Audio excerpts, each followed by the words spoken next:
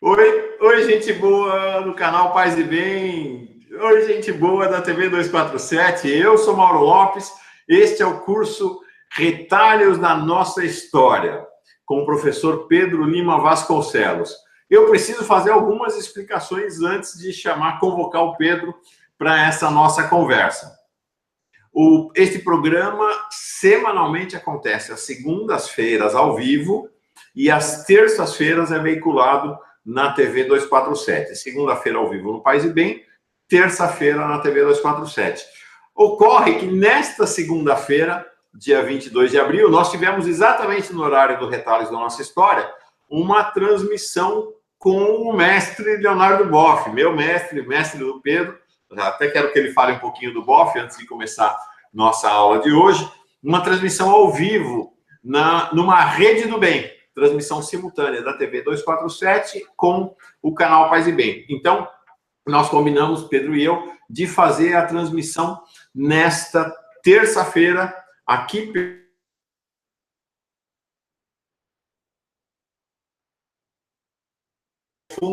É um fundo diferente. Eu estou ainda onde foi feita a entrevista com o Leonardo Boff, que é o novo estúdio da TV 247 aqui no Rio de Janeiro, que é a sede do Instituto Joaquim Herrera Flores, uma iniciativa da jurista Carol Proner, voltado à temática dos direitos humanos e da democracia do Brasil, né? Um instituto voltado à questão da justiça, direitos humanos e democracia. E aqui atrás vocês estão vendo é a enorme produção de pesquisa que o Instituto realiza. São livros copiados, que são livros que eles distribuem aí pelo Brasil. Tem versões em português, em espanhol, em inglês. Realmente o Instituto cada vez mais importante aqui no país. E aqui também, a partir de agora, o estúdio da TV 247 no Rio de Janeiro. Então, estou nessa transição. Por isso, nós estamos gravando esse programa, não está sendo ao vivo.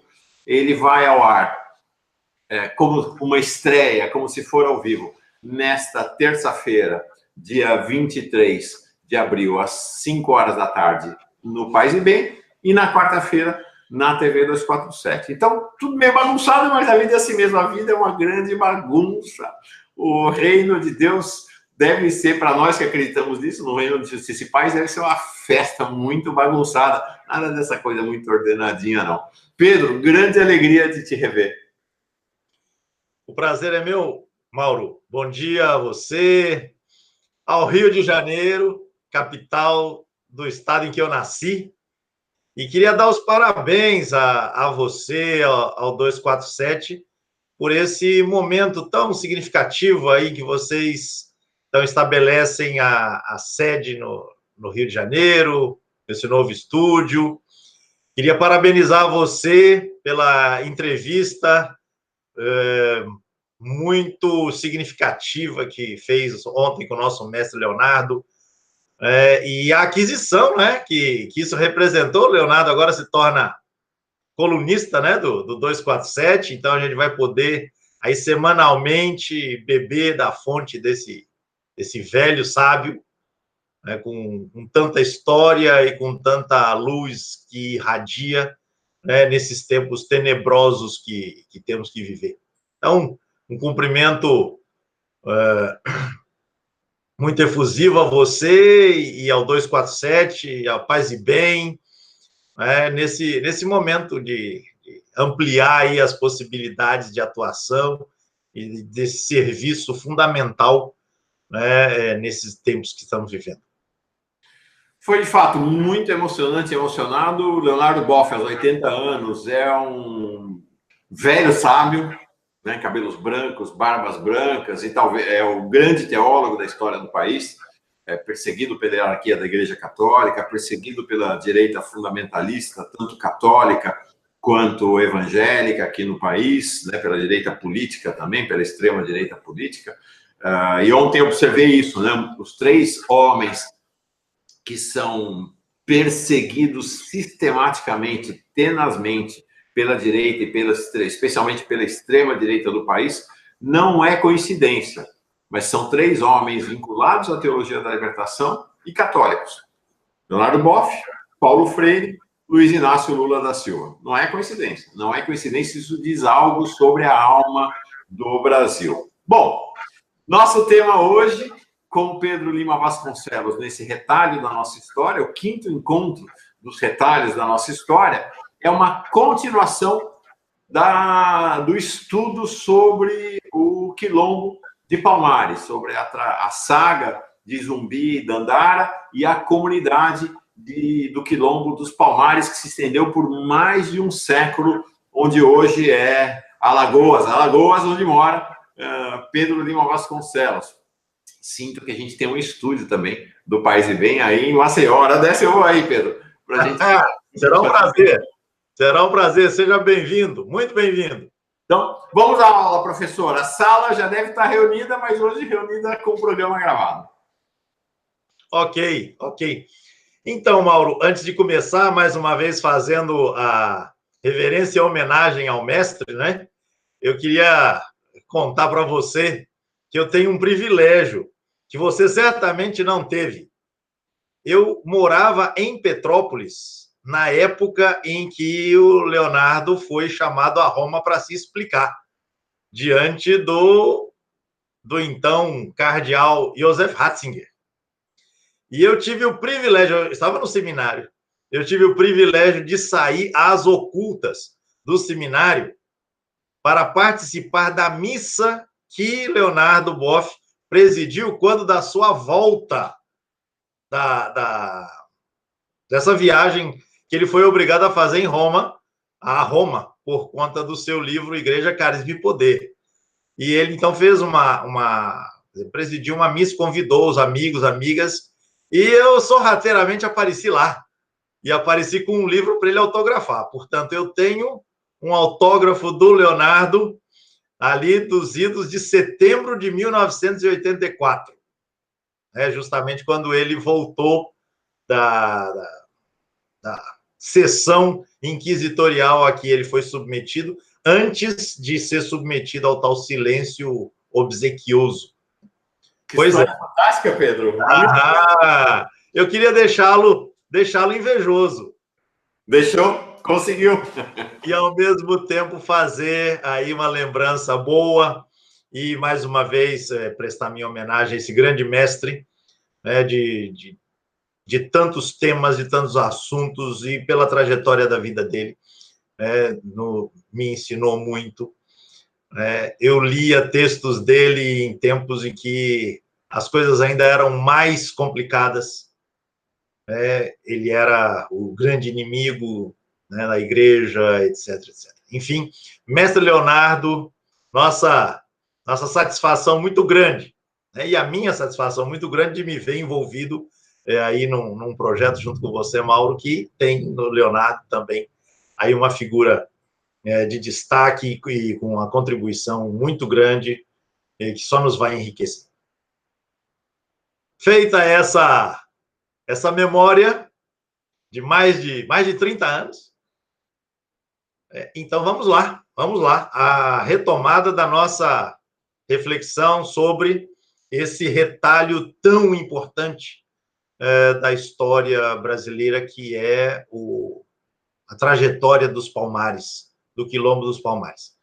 Na última vez, nós procuramos tratar um pouco do acesso, na verdade, das dificuldades que temos para acessar a experiência cotidiana, né, que terá sido vivida,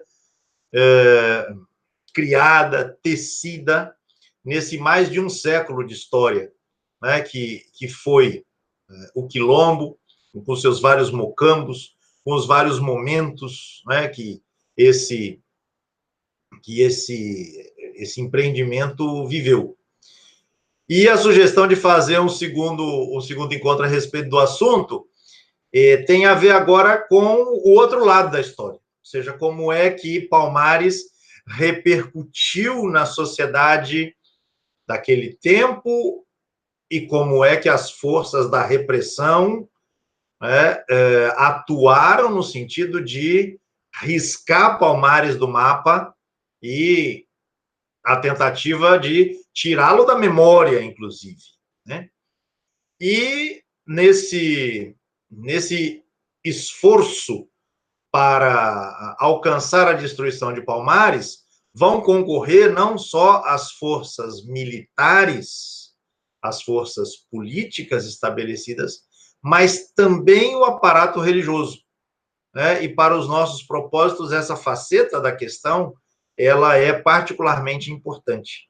Então, no momento oportuno, eu quero aqui me deter num texto produzido pelo célebre Padre Antônio Vieira, né, que justamente vai ser personagem deste encontro e de mais um ou dois encontros nossos aqui, nessa sequência de retalhos. O texto do Vieira, no seu brilhantismo literário, ele é muito esclarecedor, né, da mentalidade, do modo como as coisas eram pensadas naquela conjuntura, e um modo que, no final das contas, celebra como algo fundamental para a conquista, para a colonização e a cristianização do Brasil, o massacre de milhares e milhares de africanos, africanas e seus descendentes. Então é isso.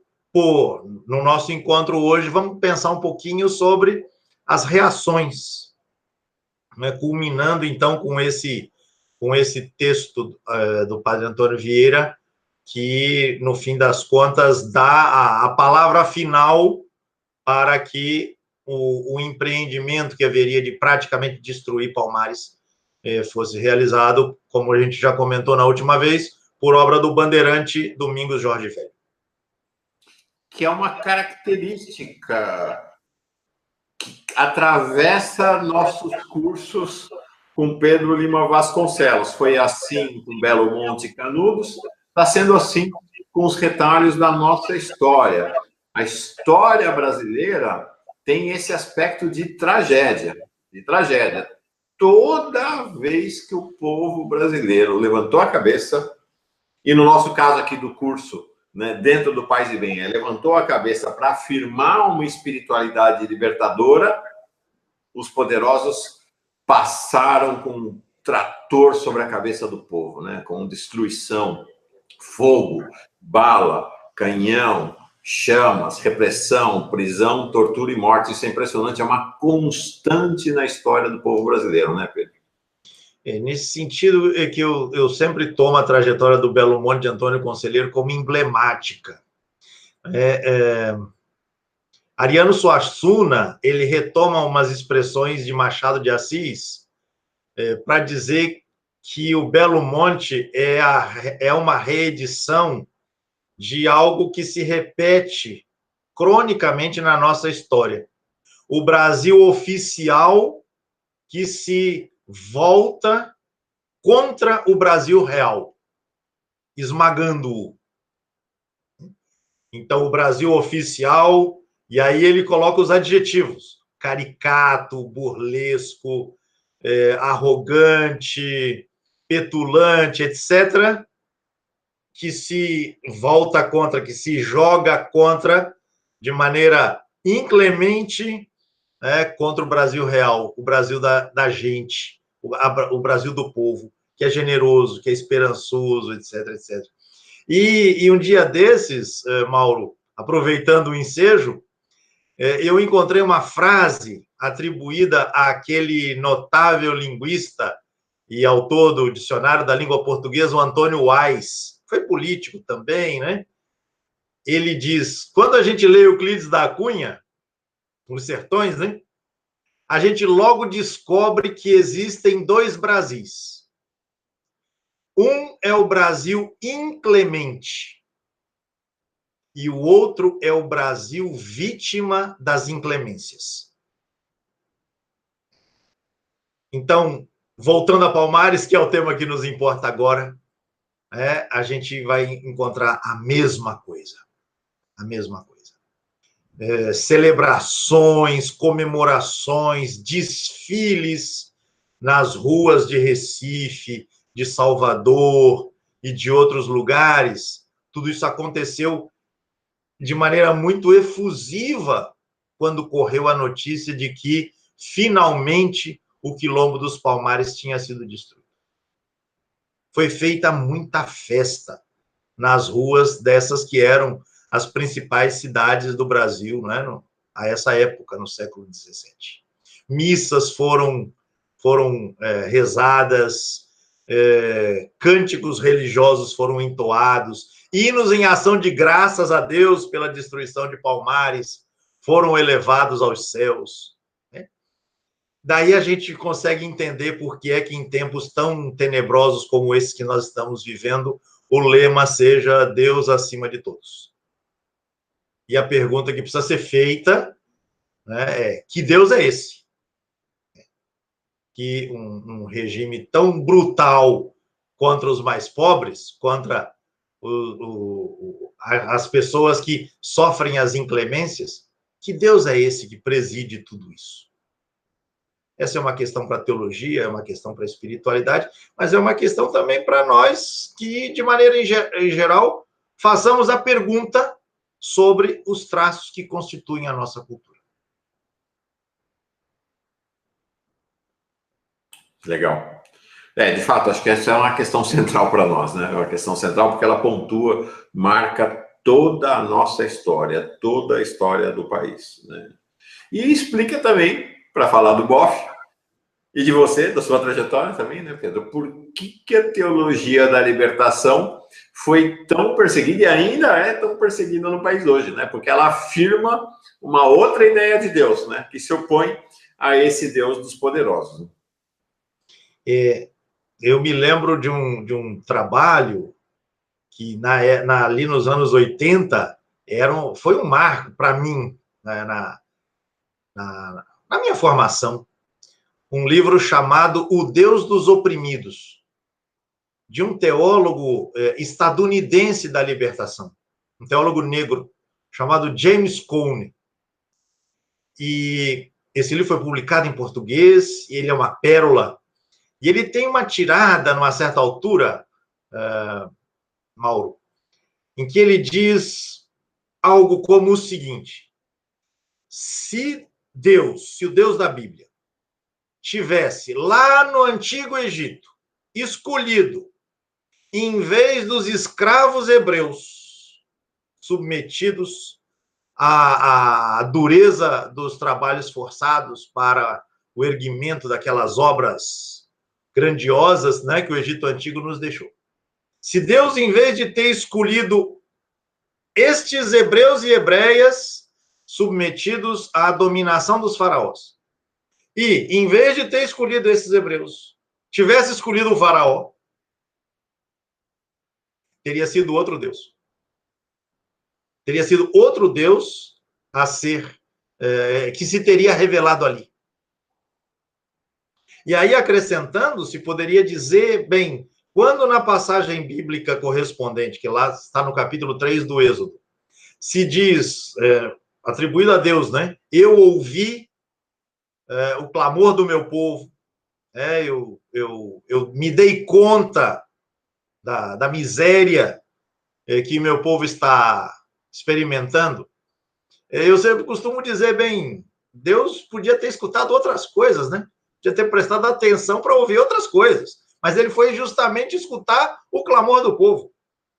Lá no Egito havia coisas maravilhosas para Deus ver, aquelas pirâmides maravilhosas, aqueles templos, aqueles palácios, aquelas coisas espetaculares, e Deus foi tratar de ver justamente a miséria do povo. Então, por isso que James Cone diz, se Deus tivesse escolhido o faraó e não os hebreus, seria um outro perfil de Deus a ser revelado no texto. Portanto, voltando a Palmares, porque Palmares é inspirador, né, para a gente pensar tantas coisas, ali também você tem um conflito, né,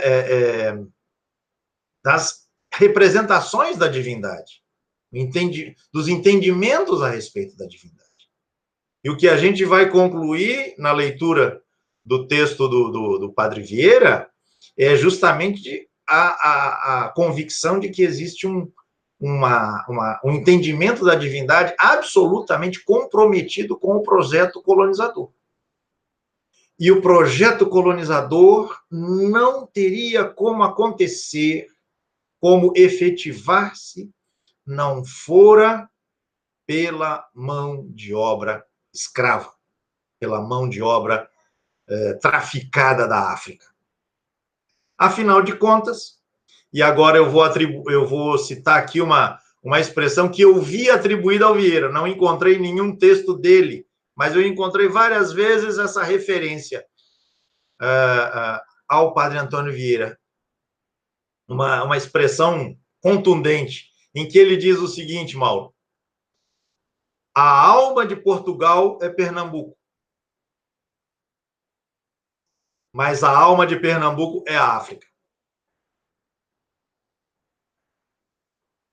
Ou seja, há uma concatenação aqui de interesse, há uma convergência de interesses. No fim das contas, permite a Portugal ser o que é. Então, Portugal só é Portugal por causa de Pernambuco. Leia-se o açúcar. Mas Pernambuco só é o que é por causa da África. Então, a alma de Portugal é Pernambuco, mas a alma de Pernambuco é a África. Você rompe... A alma de Pernambuco, a alma de Portugal é a cana-de-açúcar, a alma de Pernambuco é a escravidão. Exatamente. Exatamente. E esse elo, ele é fundamental. Ele não pode ser quebrado. De sorte que, se você questiona isso, se você coloca em dúvida a legitimidade, a decência de um projeto como esse, você o compromete nas raízes, porque ele é imoral. Ele é imoral. E Palmares é a expressão de que um outro Brasil é possível. Um outro Brasil é possível. Né? Nesse sentido, nós falávamos do outro encontro, Palmares se apresentou como uma república, ou foi visto como uma república, ou seja, como uma organização autônoma, né, que durante mais de um século se viabilizou, né, em meio a todo tipo de achaque, a todo tipo de hostilidade, a todo tipo de perseguição, de ameaça, de risco, nas circunstâncias as mais precárias e adversas, como, repito, a gente falou, a gente comentou no encontro passado. O céu não era de brigadeiro, né, para a viabilização de Palmares. No entanto, Palmares existiu, Palmares resistiu, dando conta, dando mostra de que era possível uma outra configuração de Brasil naqueles tempos de absoluta truculência para a viabilização deste projeto que, no fim das contas, garantia a alma de Portugal. Vale repetir a expressão. A alma de Portugal é Pernambuco, mas a alma de Pernambuco é a África. Na semana passada, Mauro, você levantava uma questão, eu retomo aqui, para a gente, então, depois avançar a comentar o texto do Padre Vieira, sobre as incursões contra Palmares, né? Se elas foram muitas, como se deram. Eu recolhi aqui algumas informações, elas seguramente não são completas, mas elas dão uma ideia. Né? Então, se nós temos Palmares estabelecido desde fins do século XVI, 1580, 1590, a gente não sabe direito, né? Então, negros e negras fugindo da escravidão, ou seja, dos engenhos que estão viabilizando, né, a produção açucareira. Então, a primeira expedição registrada contra Palmares é uma expedição hispano-portuguesa. Não vamos esquecer que Palmares nasce no momento em que o trono de Portugal está ocupado pelos reis da Espanha. Nós falamos disso também no encontro passado. Então, nesse tempo do governo dos reis filipinos, Filipe II, III e IV, então nós vamos ter uma primeira expedição em 1612. Ou seja, a organização dessa expedição, que obviamente não conseguiu os intentos pretendidos, ela já dá mostra de que Palmares incomoda.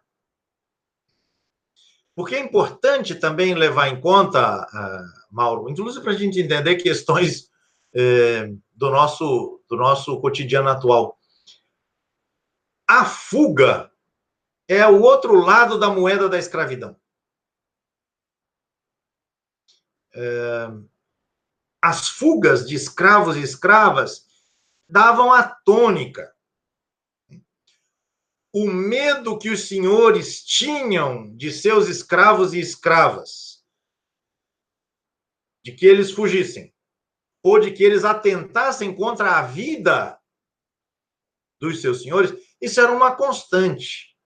Então, não se trata aqui de pensar que Palmares, tendo surgido 20 anos, um pouco mais do que essa primeira expedição da qual nós temos notícia, Palmares era ignorada. Não era ignorada, mas ainda não tinha alcançado um volume que exigisse medidas especiais, particulares. Ou seja, Palmares vai crescendo paulatinamente, e aí as fugas, num certo momento, elas ultrapassam, vamos dizer assim, o limite do razoável, do que acontecia, em geral. Aí acende-se a luz amarela.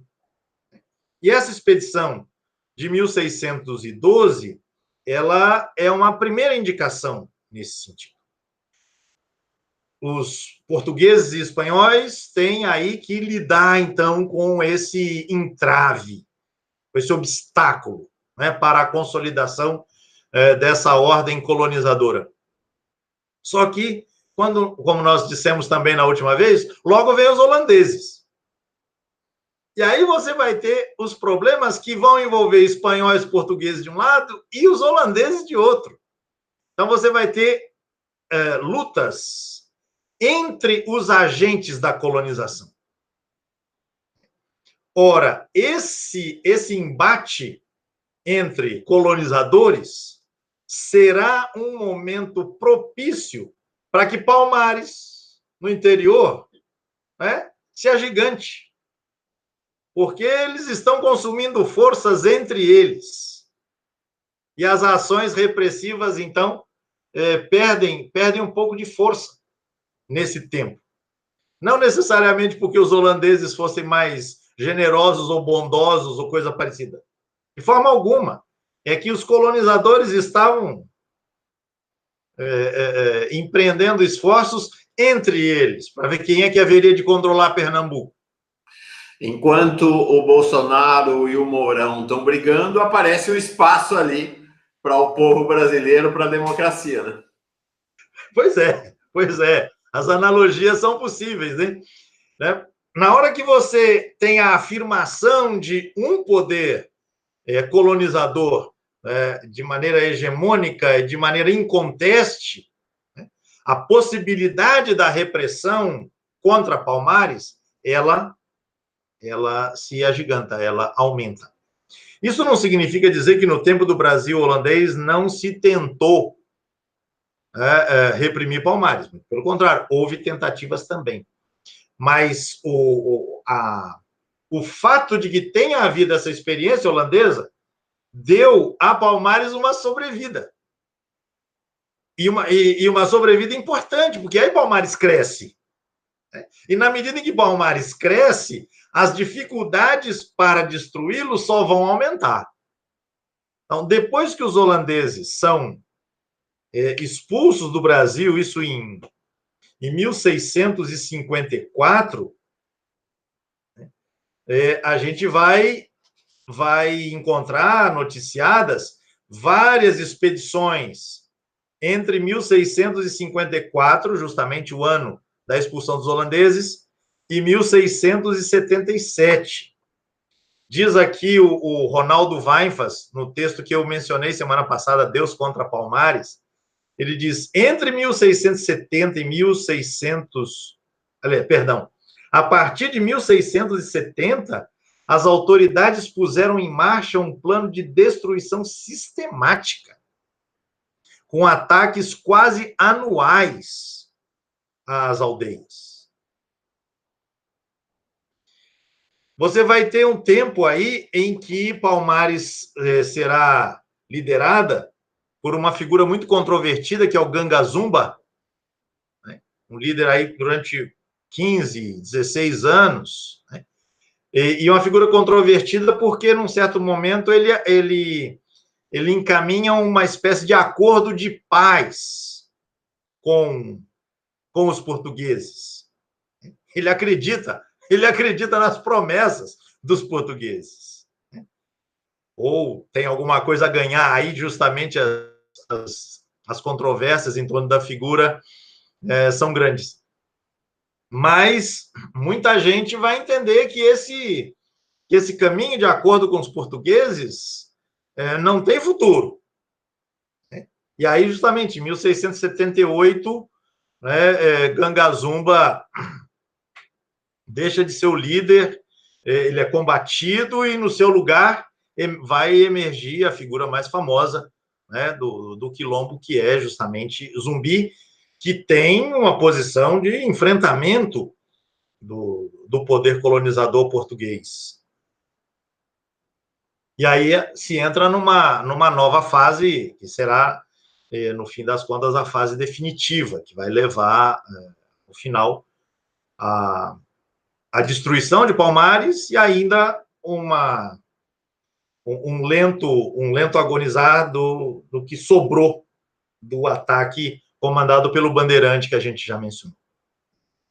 Então, é nesse contexto, aí já dos anos 1680 para frente, então, quando esse acordo de paz, que é rejeitado pelos próprios quilombolas, de um lado, ou por grande parte deles, e pelos portugueses, porque os portugueses faziam acordo para desfazê-lo no dia seguinte.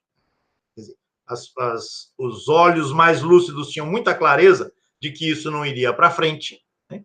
Então, é nesse contexto que serão tentadas outras medidas, ou outros caminhos para resolver esse entrave, porque Palmares, a essa altura, já está perto dos seus 100 anos, e ele representa alguma coisa absolutamente ameaçadora para o projeto.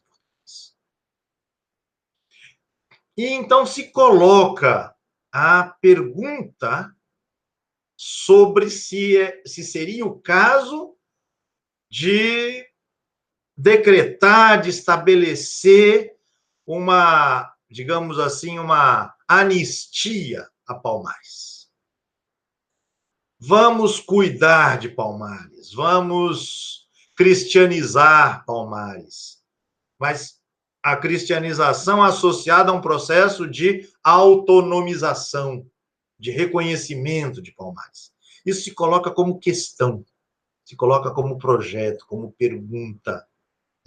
O rei de Portugal, Pedro II, não confundir com o nosso Pedro II de Portugal, século XVII. Ele coloca a pergunta, não porque ele esteja condoído da situação dos palmarinos, palmarinas, mas porque não vem saída, não vem como manter essa situação de não reconhecer Palmares, e Palmares está ali todo dia denunciando a quem quiser ver a falência desse projeto. De um projeto que não se afirma a não ser pela truculência.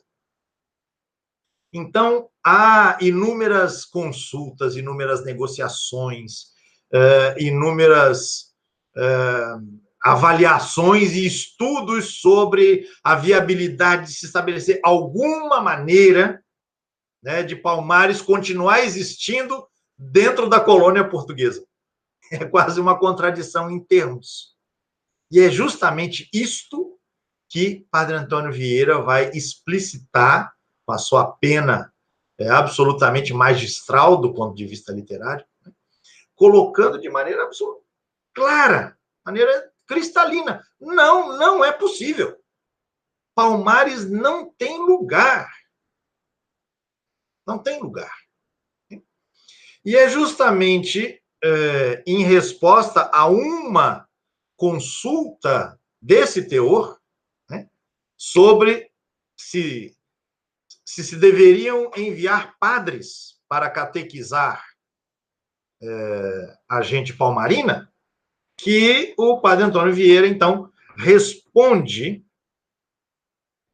desmerecendo essa proposta, tratando de mostrar que ela é incoerente, ela é inviável. E vamos convir, Mauro, do ponto de vista do projeto colonizador, é mesmo. Palmares não tem lugar dentro do retrato, para fazer eco de novo ao Samba Enredo da Mangueira, desse tipo de retrato, esse tipo de projeto, Palmares não tem lugar. Então,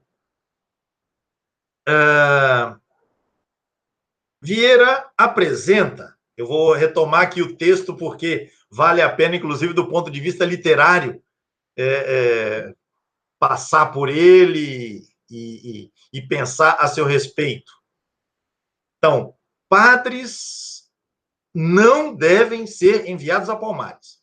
E que fique claro, mandar padres a Palmares não é simplesmente mandar missionário, é mandar alguém que, no fim das contas, representa o Estado português, representa o projeto de colonização. Colonização / cristianização, como a gente tem falado a toda hora.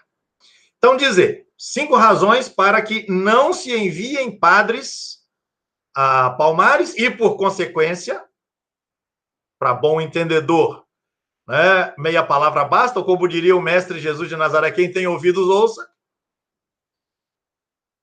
Então, diz ele, porque se isto fosse possível, isto o quê? O envio de padres, havia de ser por meio de padres naturais de Angola que temos, nos quais creem, e deles se fiam e os entendem como de sua própria pátria e língua. Mas todos concordam que é matéria alheia de todo fundamento e esperança. Então, esse é o primeiro argumento dele. Se fosse para mandar padres, seria necessário que fossem padres africanos, padres de Angola, que falassem a língua, ou que falassem as línguas lá da gente palmarina, que fossem pessoas em quem os palmarinos depositassem a sua confiança. Mas aí o Vieira diz, mas isso não tem fundamento. Como é que eu vou mandar para Palmares padres que sejam confiáveis aos palmarinos? Não, os padres têm que ser confiáveis a nós. Não dá. Se são confiáveis a nós, não são confiáveis a eles e vice-versa. Então, primeira razão para que não se mandem padres a Palmares. Segunda razão, porque até deles, dos padres de Angola, até deles, neste particular, se não hão de fiar por nenhum modo. Os palmarinos não vão confiar neles, suspeitando e crendo sempre que são espias dos governadores, para os avisarem secretamente de como podem ser conquistados. Quer dizer, se mandarem padres africanos para lá, os palmarinos muito provavelmente vão desconfiar de que são espiões. Lobos vestidos em pele de cordeiro. Não vai dar certo. Vieira é muito sincero, eu quero salientar esse detalhe. O velho Vieira, já com mais de 80 anos, muito lúcido. Do ponto de vista da ótica colonizadora, absolutamente lúcido. Terceiro Terceiro argumento. Por que não mandar padres a Palmares? Porque bastará a menor destas suspeitas, ou em todos, ou em alguns dos padres, né? Para os matarem com peçonha, como fazem oculta e secretissimamente uns aos outros. Então, os padres africanos que eventualmente sejam mandados para lá serão envenenados, né? Na medida que sejam descobertos como espiões, etc, etc. Quarto argumento. Por que não mandar padres a Palmares? Porque ainda que cessassem os assaltos que fazem no povoado dos portugueses, nunca hão de deixar de admitir aos de sua nação para eles fugirem. Aliás, para eles fugirem. Então, mesmo que cessem os ataques da gente palmarina contra os engenhos, né, por obra desses padres africanos, sempre estará aberta a porta para que outros fujam. Palmares sempre continuará sendo, né, um fator de atração, um chamariz, uma porta aberta para fuga, e uma fuga viável, uma fuga que tem condições de levar a um bom resultado. Ou seja, Palmares continuará sendo um apelo à liberdade. Agora, Mauro, a mais importante das razões para que não se mandem padres a Palmares é a última. E o próprio Vieira diz que esta é a razão fortíssima e total. É a razão mais carregada e definitiva. Não há mais o que falar depois disso.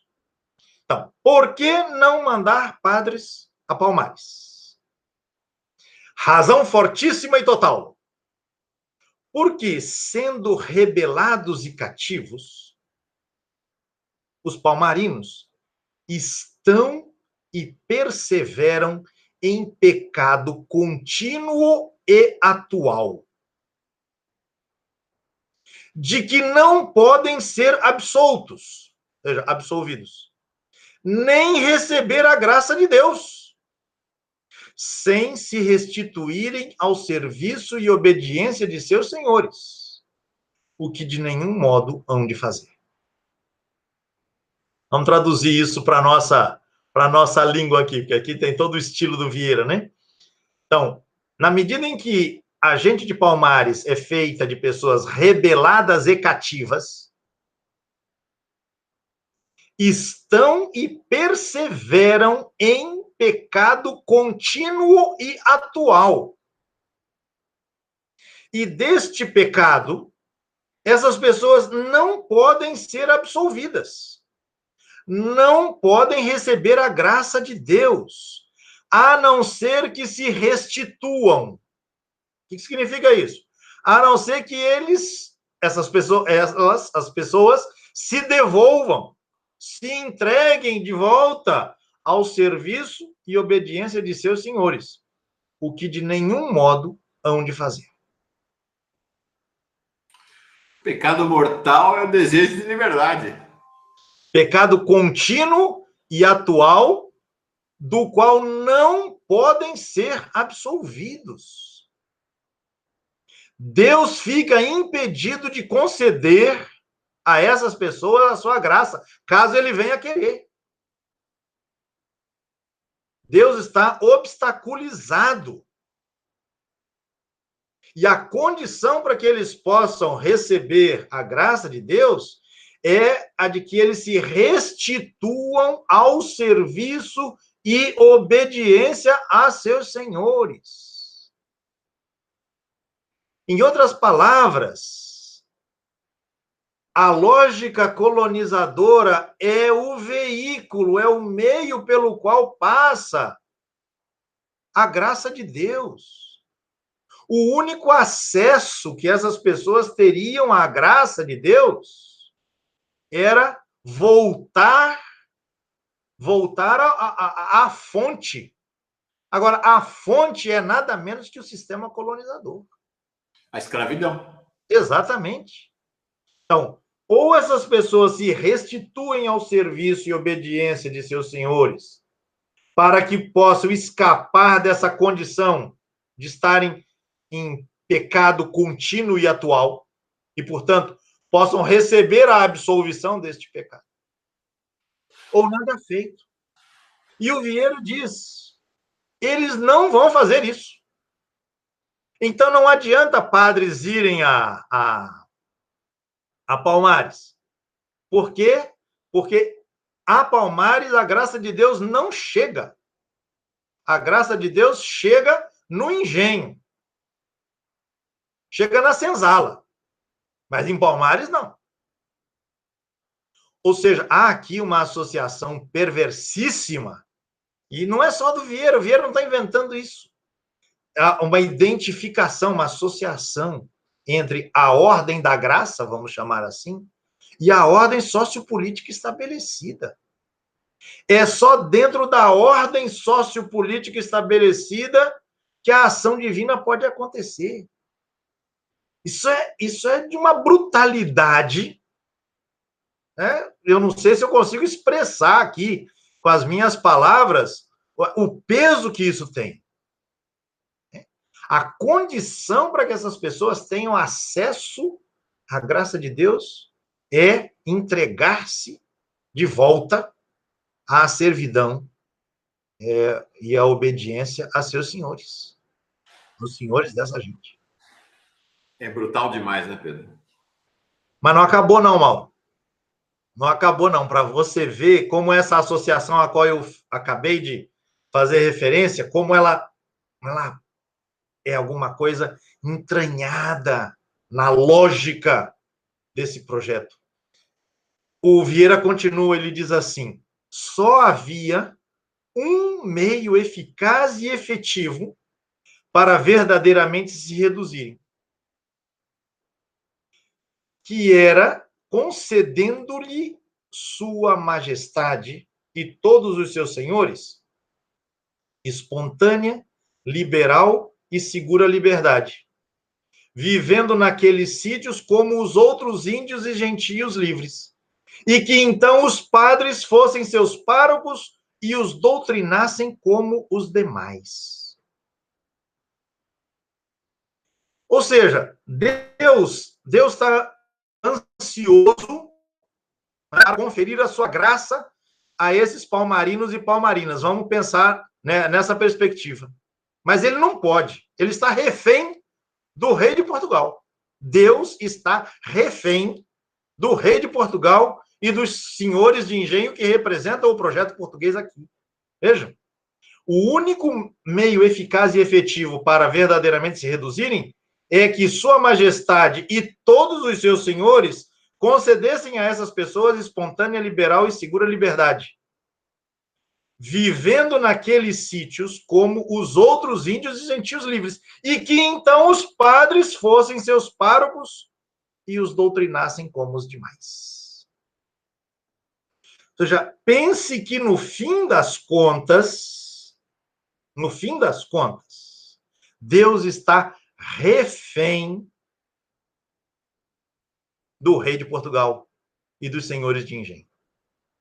Os padres estão absolutamente amarrados ao projeto colonizador, e se o rei e os senhores dão a liberdade, aí sim os padres podem evangelizar essas pessoas e Deus pode, então, fazer fluir a sua torrente de graças em prol dessas pessoas.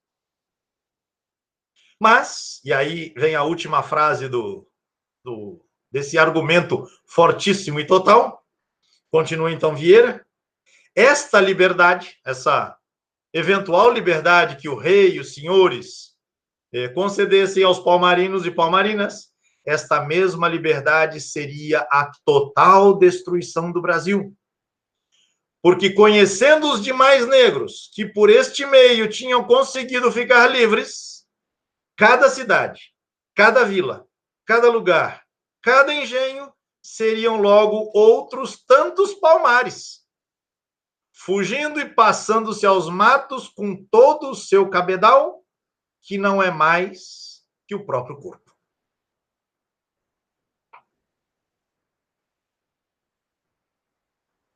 Precisa dizer mais? Em linguagem atual, se der liberdade para essa turma, vão querer fazer o quê? Implantar o socialismo no Brasil? Pois é, o Brasil vai virar Palmares. Cada cidade, cada engenho, cada vila vira Palmares. Viram Palmares. A liberdade aos palmarinos e palmarinas seria a total destruição do Brasil. Leia-se. Seria a total destruição daquele projeto formulado magistralmente na expressão mencionada anteriormente. A alma de Portugal é Pernambuco, a alma de Pernambuco é a África. Quando ele diz a destruição total do Brasil, ele está dizendo a destruição deste projeto. Deste projeto. E para que esse projeto se mantenha viável, Deus tem de se abster. Deus fica proibido, impedido de atuar de maneira graciosa, de maneira a olhar para seus filhos e filhas. Os filhos e filhas mais sofridos, mais doídos, mais violentados, a não ser que eles se submetam à violência da escravidão. O lugar de escravo é na senzala, não é em Palmares. O lugar de escravo é na senzala. Palmares é a destruição total do Brasil. Porque todo o Brasil vira um grande Palmares. E há um último detalhe, sei que o nosso tempo está na hora de terminar, Mauro, mas há um pequeno detalhe no final da fala de Vieira que eu não quero deixar de destacar. Ele vai dizer, então, que todos os negros e negras vão fugindo para lá e para cá com o seu cabedal. O seu único cabedal. E cabedal é aquilo que a gente tem, né, de melhor, aquilo que são as nossas competências, aquilo que nós somos capazes de fazer, nossas capacitações, etc. E o Vieira termina dizendo, o cabedal dessa gente é o seu próprio corpo. Num contexto, ou numa visão antropológica, né, muito típica desses tempos, né, de que o ser humano é dividido em alma e corpo, e a alma é a expressão nobre, ou é a faceta nobre do humano, e o corpo é aquela realidade a ser desprezada, a ser combatida, né, em determinadas espiritualidades, inclusive no interior da trajetória cristã. O cabedal dos negros e negras é o seu corpo. Isso não significa necessariamente dizer que negro não tem alma, não é isso. Muitas vezes se diz isso popularmente. Não se pensava dessa maneira. Mas o que se está dizendo aqui é que a capacidade que dá razão de ser e de existir ao negro e negra é o seu corpo, ou seja, a sua força física. Não são as atividades nobres, as atividades do pensamento, da reflexão, da produção, digamos, cultural, nesse sentido elitista que a palavra tem. Não, não. É pegar a enxada, é pegar a foice. É o trabalho pesado, seja na plantação de cana, seja dentro de casa, né, nos serviços ditos domésticos. O cabedal dos africanos e africanas é o seu corpo. Essa formulação vai ganhar uma explicitação muito precisa depois no capitalismo, né? O capital do trabalhador é unicamente sua força de trabalho. É a força de trabalho. É a força de trabalho. Esse é o capital do trabalhador, é a força de trabalho que ele vai alugar, vai vender para o capitalista. No caso dos africanos, é a sua força de trabalho que ele vai doar como escravo. Será a extorquida dele. Aos seus senhores. É muito impactante, Pedro, porque isso... Duas questões que eu queria devolver para você refletir já no caminho do final da nossa história, da nossa conversa, da nossa aula de hoje. Eu estou muito impactado. Essa aula de hoje, magistral, Pedro. Magistral, realmente é muito, muito impactante, muito trágica essa aula de hoje, que é duas questões. Primeiro é a impossibilidade de diálogo. Não tem diálogo, não tem conversa, não tem conversa, né? Não existe possibilidade de diálogo entre o projeto colonizador, entre o projeto das elites e o povo. Não existe possibilidade de diálogo. Essa mesma condição vai se repetir 250 anos depois com Belo Monte e Canudos. Não tem diálogo. É destruição, não tem mediação, não tem diálogo. E agora, quando o projeto colonizador atualizado retoma o poder no Brasil, com Bolsonaro, não tem diálogo com o MST. É terrorista.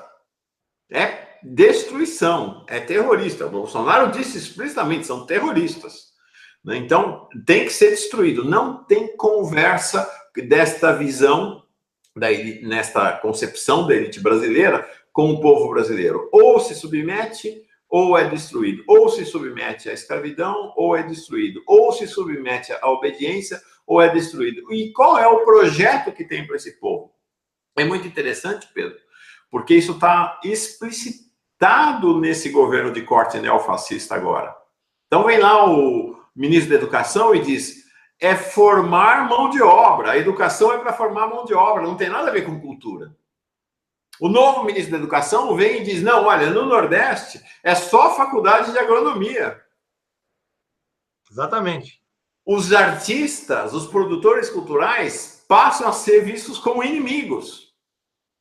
Então, o povo brasileiro é mão de obra para construir o grande Brasil, que é o grande Brasil do lucro, lucro magnífico do grande capital. Né? Impressionante. E Deus acima de todos. Deus. Acima de tudo. E Deus acima de tudo. Você me faz lembrar várias coisas, o Mauro, com a sua intervenção, mas vou tentar ser breve aqui. Eu me lembrei de uma intervenção que aconteceu ontem, eu não sei se foi com o presidente do INCRA, enfim, com uma dessas figuras aí alçadas ao poder, nesse desgoverno terrível que nos aflige, que um fulano que foi presidente da UDR, justamente, União Democrática Ruralista, né? Ele estava numa reunião, se não me engano, com fazendeiros ou pessoas interessadas em exploração da Amazônia, e as reivindicações que foram feitas, foram encaminhadas a ele, foi ontem. Você deve ter a notícia mais na cabeça do que eu. Tem que acabar com as reservas indígenas, tem que liberar, né, e não interessa como isso vai acontecer, né? Tem que acabar com as demarcações, e a cobrança era de maneira, assim, agressiva nas expressões, das formulações. 247 repercutiu isso. Eu não estou lembrando agora os detalhes maiores, né? Por outro lado, você me fez lembrar uma frase de um senhor que eu conheci lá em Canudos, que ele era filho de conselheiristas. Ele não viveu no Belo Monte, mas ele era filho de um casal que viveu, que lutou. Então, tem uma saga muito tocante, né? E depois da guerra, 10 anos depois da guerra, esse casal, então, tem o filho, o seu João de Regis. E o seu João de Regis era um grande contador de histórias. E, na sua inocência, ele deixava escapar algumas pérolas. Uma pérola que ele contava para mim, diz: olha, eu passei 50 anos sem falar sobre esse assunto, porque eu ficava morrendo de medo que a polícia voltasse. Depois ele dizendo: eu não sabia que Canudos era tão importante assim. Se eu soubesse que Canudos era tão importante assim, eu ia ganhar muito dinheiro contando as minhas histórias. Mas a última das frases dele, que ele sempre repetia, era, quando perguntado: mas por que, seu João, o senhor acha que a guerra aconteceu? Né? Que atingiu tantas pessoas que seus antepassados conheceram, pessoas próximas da sua família, etc. E a resposta dele, na pureza do homem sertanejo, mas de um homem calejado, seus quase 90 anos, foi quando eu o conheci: faltou um pouquinho de conversa. É essa conversa que não houve em Palmares. Ou que quando houve, foi desfeita no dia seguinte. E é essa conversa que não se quer ter, e que esse desgoverno amalucado, truculento, com o lema Deus acima de tudo e acima de todos, né, quer impor a nação. Né? Então, é a repetição trágica, né, de uma lógica que se instituiu. Não há conversa. Efetivamente, não há conversa. E o texto de Vieira deixa isso muito claro. Não dá para conversar. Para encerrar, Pedro, uma última observação, né? Se a gente olha 250 anos depois para Belo Monte, para a experiência de Belo Monte e Canudos, há dois projetos de Deus, há duas ideias de Deus em confronto ali em Canudos, né? A do nosso Antônio Conselheiro e a concepção de Deus da Igreja Católica, da hierarquia da Igreja Católica. Hoje é a mesma coisa, né? Você tem concepções de Deus em confronto, né? A concepção de Deus animada, né? Você, Leonardo Boff, o MST, né? A concepção de Deus, a teologia latino-americana, a teologia da libertação dos pobres, versus a concepção de Deus de Bolsonaro, dessas igrejas neopentecostais, em confronto. No Quilombo dos Palmares, né? Então estamos recuando aí 250 anos antes de Canudos. A gente não tem registro do confronto das espiritualidades, né? A gente tem pouca coisa, mas a gente falou disso na última vez. Né? Foram encontrados objetos religiosos, vamos dizer, chamar assim, católicos, em Palmares, em alguns dos mocambos. Inclusive, ruínas do que teria sido uma pequena capela, também num dos mocambos. Então, pense que a gente tem aí uma fluidez, um intercâmbio, nessas referências, que só didaticamente a gente poderia dizer são duas concepções assim estanques e contraditórias. Né? Então, você pense que se lá em Palmares havia uma capelinha dedicada, né, a um santo católico e, portanto, ao conjunto de referências transcendentes associadas ao catolicismo, Deus lá no alto do céu devia ficar com problemas, né? Eu vou atender a quem? Porque do lado de lá estão fazendo missas, estão fazendo preces, novenas, mas do lado de cá também. Sem contar, né, a faceta da diversidade religiosa existente tanto em Palmares como mesmo no Belo Monte. A gente pôde comentar isso, né, no nosso curso. Mas ainda mais em Palmares, se a gente pensa que as pessoas que viveram em Palmares são descendentes diretas, quando não vindas exatamente da África, e, portanto, trazendo no navio negreiro toda a herança espiritual tecida, vivida, experimentada no cotidiano daquele continente. Portanto, além das referências em confronto às quais você fez alusão, a gente pode ainda situar isso dentro de um cipoal muito mais complexo, não é? Porque você tem as religiosidades de matriz africana sendo recriadas aqui, você tem as religiosidades de matriz indígena que estão ali no circuito, né? Nós falávamos disso da última vez também, grupos indígenas fugidos da escravidão também habitaram Palmares, e não é que o Deus católico ficou no litoral, não, havia uma capelinha lá, né, dedicada ao culto católico, e eu fico perguntando, eu não tenho resposta, eu deixo só a pergunta, o que se fazia nessa capela? Algum padre, eventualmente, ia lá rezar uma missa? Mesmo na contramão do projeto colonizador? Não sei.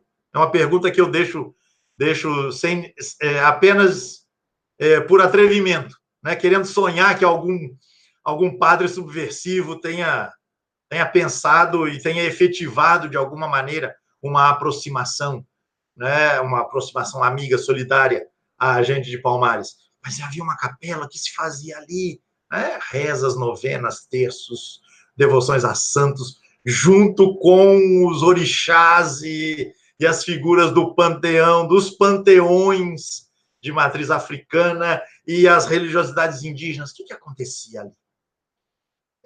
São perguntas que mexem com a minha cabeça e que eu tomo a liberdade aqui de partilhar com você e com a comunidade. Para encerrar, vou devolver a palavra para o Pedro fazer o fechamento para nós, se despedir dessa nossa aula fantástica. Realmente estou muito impactado com essa aula. O Pedro começou a aula dizendo o seguinte: Deus tinha uma escolha lá, a Bíblia registra, ele tinha uma escolha entre Faraó e os escravos hebreus e hebreias lá no Egito. Fez uma escolha, escolheu os escravos. Quem será que Deus escolheu entre o rei de Portugal, os senhores de escravos e Palmares?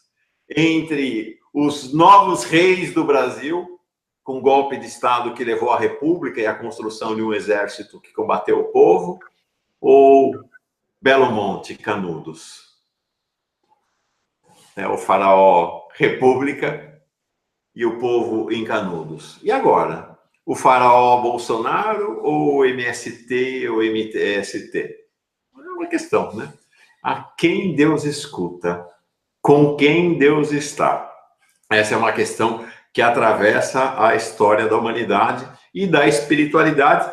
E este é o tema do Retalhos da Nossa História, toda semana, com Pedro Lima Vasconcelos. Pedro, estou muito, muito grato a você. Acho que quem assistir essa aula hoje também, gratidão enorme. Acho que uma das aulas mais impactantes, um dos momentos mais impactantes da nossa jornada aqui no Paz e Bem e na TV 247. Obrigado mesmo.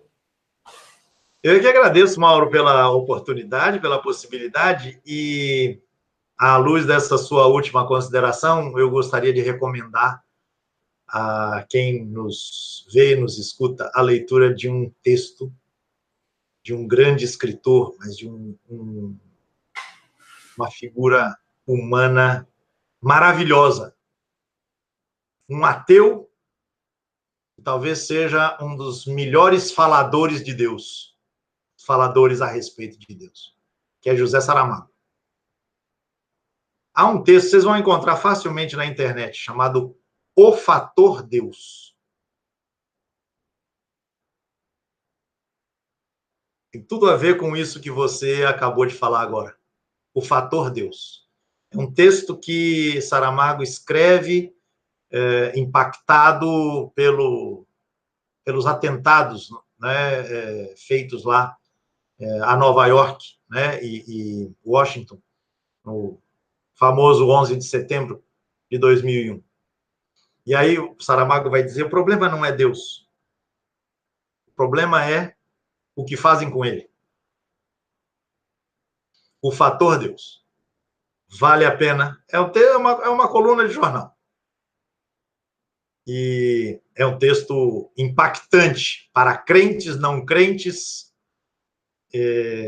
porque provoca e nos exige refletir sobre as raízes civilizacionais, culturais, das crenças, das ideias religiosas, das representações do divino. E a história brasileira, né, os retalhos aí estão tratando de mostrar, é um celeiro extremamente fértil para que essa pergunta seja feita. Seja da perspectiva de quem acredita, seja da perspectiva de quem, não tendo uma crença definida, nomeada, se interessa pelo Brasil, pelos meandros da sua história, se interessa pelo profundo que é o modo como o Brasil veio constituindo-se ao longo de uma trajetória de milhares de anos e, particularmente, de 1500 para cá. Muito obrigado mais uma vez, Mauro. Você tem um bom retorno e até a próxima. Paz e bem. No próximo encontro, o tema será o Brasil holandês, próximo Retalhos da Nossa História.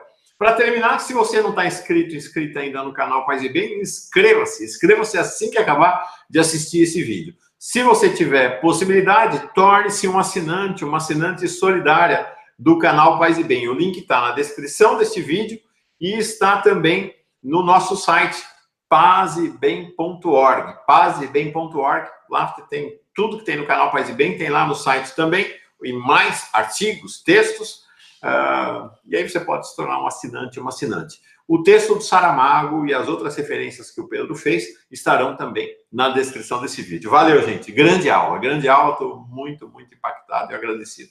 Valeu, Pedro. Paz e bem, gente. Paz e bem. Grande abraço. Paz e bem.